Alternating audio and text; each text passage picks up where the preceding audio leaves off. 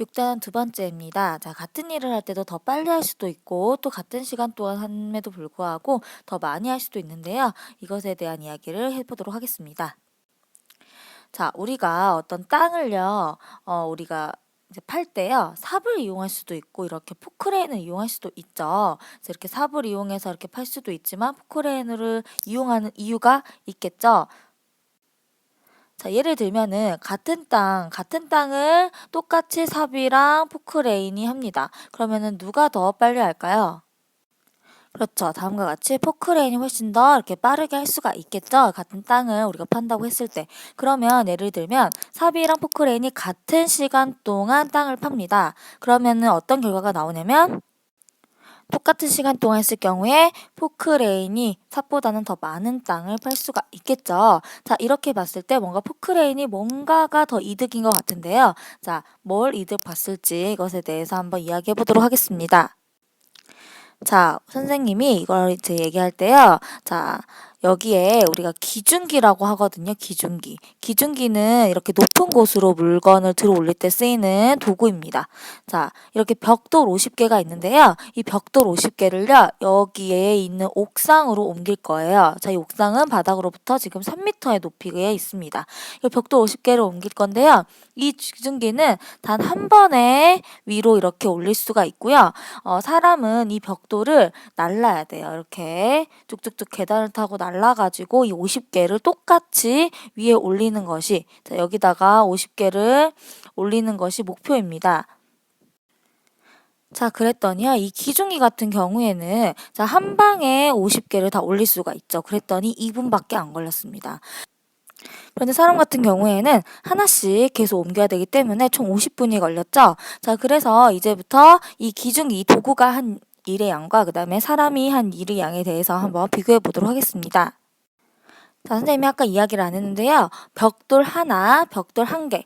자, 아까 딱 벽돌 한 개 있었죠? 이 한 개의 무게를 몇으로 할 거냐면은 10N으로 하겠습니다. 기억을 하시면 됩니다. 10N으로 하겠습니다.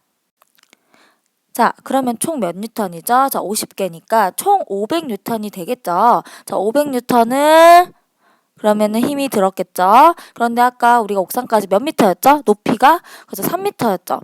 아까 보시면은 자, 이렇게 3m의 높이로 올렸습니다. 그러면은 이 벽돌이 이 바닥에서부터 위로 간 거기 때문에 총 이동 거리는 몇 미터가 되겠죠? 3m가 되겠죠? 그러면은 500N짜리를 한 번에 3m까지 올렸기 때문에 우리가 이 500N이면 이 벽돌의 무게죠. 벽돌의 무게는 이 아래로 이렇게 무게란 얘긴데 이걸 들어 올려야 되니까 이 무게만큼 선생님이 힘을 줘야 된다고 했죠. 이쪽으로 이렇게 힘을 줘야 되니까 똑같이 그 벽돌의 무게만큼의 힘이 필요합니다. 그래서 선생님이 전에 수업 시간 했겠지만 이 무게가 뭐가 되죠?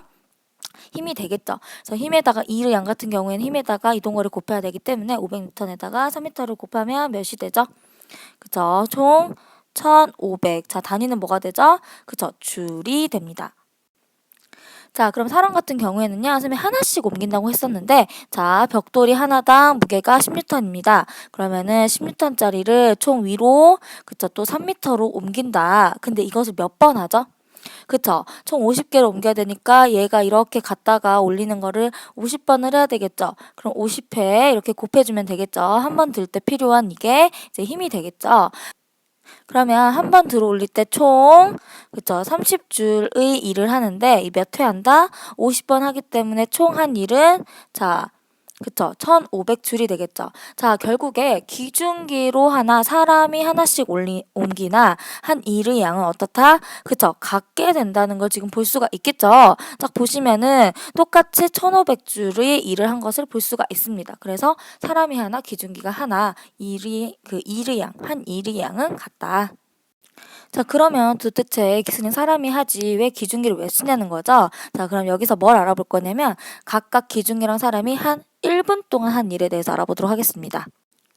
자, 아까 기중기는 총 2분이 걸렸다고 했죠? 그러면은 2분 동안에 1500줄의 일을 한 거기 때문에 결국에 1분 동안에는 그쵸, 750줄의 일을 했다. 이렇게 볼 수가 있겠죠, 1분 동안.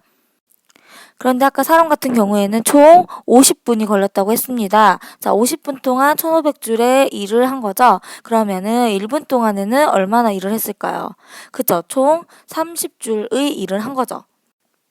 결국에 같은 일을 하더라도 한 1분 동안으로 봤더니 같은 시간 동안 한 일의 양이 지금 기준기가 훨씬 크다는 것을 알 수가 있죠.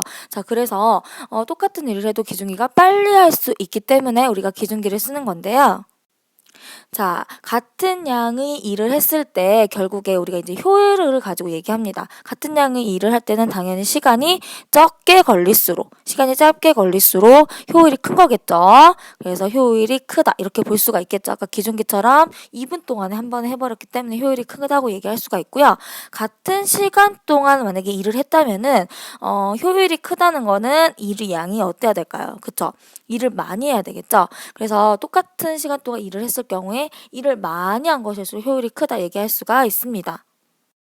그래서 기준기를 사용하는 이유가 일의 효율이 크기 때문인데요. 이제부터 일의 효율을 일률이라는 두 글자로 우리가 표현하도록 하겠습니다.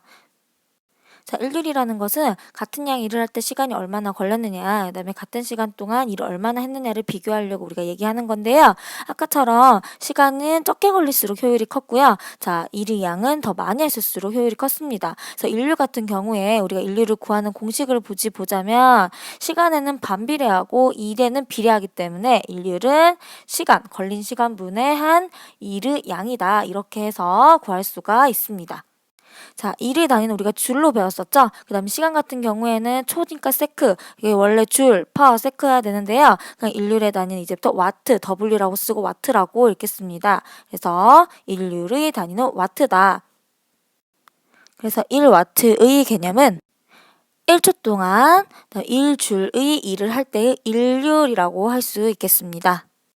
그래서 이 일률 때문에 이 일률을 크게 하게 하기 위해서 우리가 뭐 도구나 그다음에 기계를 많이 쓰게 되는 거죠. 그래서 이번 단원에서는 일률이 무엇인지 개념을 아시고요. 자, 아까 일률 계산하는 공식 있었죠. 단위까지 해서 알아두시면 되겠습니다. 이상입니다. 오늘 여기까지입니다. 수고하셨습니다.